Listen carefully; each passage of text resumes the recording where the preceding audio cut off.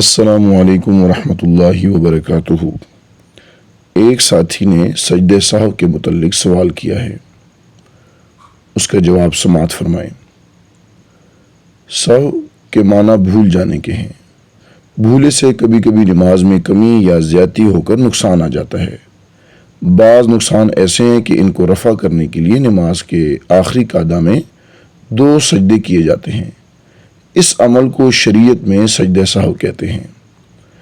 اس کا طریقہ یہ ہے کہ آخری قعدہ میں اتحیات پڑھنے کے بعد ایک طرف سلام پھیر کر تکبیر کہے اور لگاتار نماز کے سجدوں کی طرح 2 سجدے کرے، پھر دوبارہ اتحیات، درود شریف اور دعا پڑھ کر سلام پھیر دے۔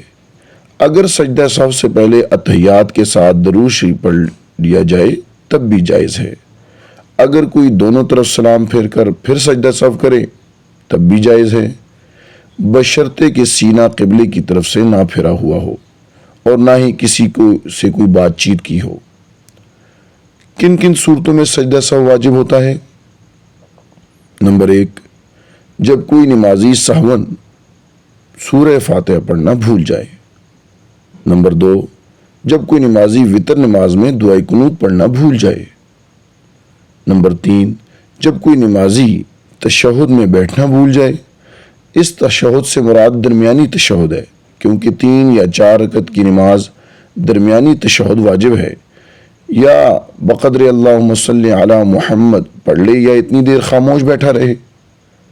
نمبر 4، جب کوئی نمازی عیدین کی تکبیر چھوڑ دے تب بھی سجدہ سہو کرنا واجب ہے۔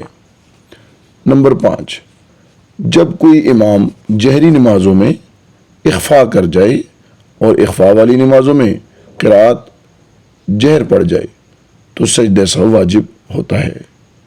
نمبر 6، جب کوئی نمازی فرض مقرر کر جائے، مثلا 2 رکوع کر جائے یا 3 سجدے کرے تو سجدہ سہو کرے۔ نمبر 7، جب کسی واجب کی کیفیت بدل جائے تو سجدہ سہو کرے، مثلا سورہ فاتحہ سے پہلے کوئی اور سورت پڑھ جائے۔ نمبر 8، کسی نمازی کو تعداد رکعت میں شبہ لگ جائے تو وہ کم از کم مقدار جو یقینی ہے اسے اصل قرار دے کر اس پر باقی نماز مکمل کرے اور آخر میں سجدہ سہو کرے۔ اگر کوئی نمازی چوتھی رکعت کا قصد کرے پھر 5ویں کے لیے اٹھ پڑا اور سلام نہ پھیرا اور اس سے پہلا قاعدہ خیال کیا مگر بعد میں یاد آ گیا تو نمازی کو چاہیے کہ 5ویں رکعت کا سجدہ کرنے سے پہلے لوٹ آئے اور سجدہ سہو کرے۔ اگر اس نے 5ویں رکعت کو سجدے کے ساتھ ملا دیا تو اس کے ساتھ 1 رکعت اور ملا دے، اس طرح اس کی نماز پوری ہو گئی۔ آخر میں سجدہ سہو کرے، 4 فرض ہو جائیں گے اور 2 رکعت نفل ہو جائیں گی۔ سجدہ سہو سے ایک بہت بڑی سہولت یہ ہے کہ اس سے نمازی اپنی نماز کی کمی اور زیادتی کی اصلاح اور درستگی کر لیتا ہے اور اس طرح نماز کے نقص کی تلافی ہو جاتی ہے۔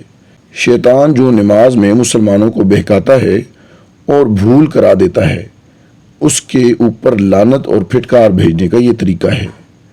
اس طرح مسلمان نمازی اپنے رب کے سامنے مزید 2 سجدے کر لیتا ہے، جو شیطان کی ناراضگی اور خفت کا سبب بنتا ہے۔